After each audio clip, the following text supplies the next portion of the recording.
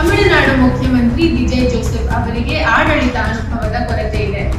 ಹಣಕಾಸು ನಿರ್ವಹಣೆ ಬಗ್ಗೆ ಯೋಚನೆ ಮಾಡದೆ ಅವರು ಏಕಾಏಕಿ 700ಕ್ಕೂ ಹೆಚ್ಚು ಮದ್ಯದಂಗಡಿಗಳನ್ನು ಮುಚ್ಚುವಂತೆ ಆದೇಶಿಸಿ ಆತುರದ ನಿರ್ಧಾರ ತೆಗೆದುಕೊಂಡಿದ್ದಾರೆ.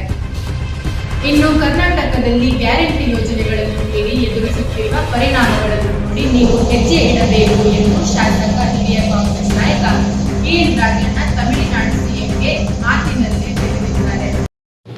ರಾಹುಲ್ ಗಾಂಧಿ ಅವರು ಹೋಗಿ ಅವರಿಗೆ ಅಭಿನಂದನೆ ಸಲ್ಲಿಸಿದ್ದಾರೆ. ಅವರು ಅಭಿನಂದನೆ ಸಲ್ಲಿಸಿದ್ರೆ ಇಡೀ ದೇಶದಲ್ಲಿರ್ತಕ್ಕಂಥ ಕಾಂಗ್ರೆಸ್ ಪಕ್ಷದ ಎಲ್ಲ ಹಿರಿಯ ಕಿರಿಯ ನಾಯಕರುಗಳು ಎಲ್ಲರೂ ಕೂಡ ಅಭಿನಂದನೆ ಸಲ್ಲಿಸೋದ್ರಲ್ಲಿ ನಾವು ಎಲ್ಲರೂ ಕೂಡ ಭಾಗಿಯಾದ ಅರ್ಥ.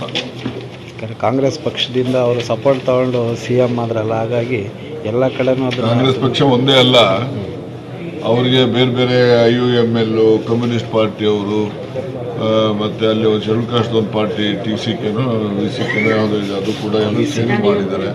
ಈಗ ಅಣ್ಣಾ DMKನಲ್ಲಿ ಷಣ್ಮುಗಂ ನೇತೃತ್ವದಲ್ಲಿ ಅವರೊಂದು 30 ಜನ ಅವರು ಕೂಡ ಬೆಂಬಲ ವ್ಯಕ್ತಪಡಿಸ್ತಾರೆ.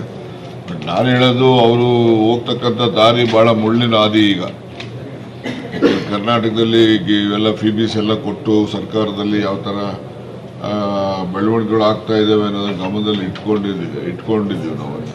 ಅದೇ ರೀತಿ ಅಲ್ಲಿನೂ ಕೂಡ ಆಗ್ತಕ್ಕಂಥದ್ದಕ್ಕೆ ಅವ್ರು ಎಚ್ಚರಿಕೆ ವಹಿಸ್ತಕ್ಕಂಥದ್ದು ಒಳ್ಳೆಯದು. ಈ ನಿನ್ನೆ 700 ಅಂಗಡಿಗಳನ್ನೇನೋ ಮುಚ್ಚಿಬಿಟ್ಟಿದ್ದೀವಿ ಅಂತಾರಲ್ಲ, ಅದೆಲ್ಲ ಬಹಳ ಆತುರದ ತೀರ್ಮಾನಗಳು. ಅವೆಲ್ಲ ಮುಂದಕ್ಕೆ ಅವರು ದೇವಸ್ಥಾನ ಇವು ನಾವು ಕೊಡೋದಿಲ್ಲ, ಅದನ್ನು ರಿಸ್ಟ್ರಿಕ್ಷನ್ ಮಾಡ್ಕೊಳ್ಳಿ. ಇವರು ರೆವಿನ್ಯೂ ಬರೋವನ್ನೆಲ್ಲ ಮುಚ್ಕೊಂಡ್ಬಂದ್ಬಿಟ್ರೆ ನಾಳೆ ಎಲ್ಲಿ ದುಡ್ಡು ಇರ್ತಾನೆ ಏನಾರ ಖರ್ಚು ಮಾಡೋದು, ದುಡ್ಡೇ ಇಲ್ಲದಿದ್ರೆ ಖರ್ಚೇನು ಮಾಡ್ತಾರೆ. ಸೊ ಅದರಿಂದ ಕೆಲವು ಆತುರದ ತೀರ್ಮಾನ ಏನು ಮಾಡ್ತಾರೆ, ಅದು ಅವರಿಗೆ ಎಕ್ಸ್ಪೀರಿಯನ್ಸ್ ಇಲ್ಲ ಅಡ್ಮಿನಿಸ್ಟ್ರೇಷನಲ್ಲಿ ಅಂತ ತೋರಿಸ್ತದೆ. ಅಂಥದ್ರ ಬಗ್ಗೆ ಎಲ್ಲ ಎಚ್ಚರಿಕೆ ಇರಬೇಕು ಅಂತಕ್ಕಂಥ ಒಂದು ಕಿವಿ ಮಾತು ನಂದು.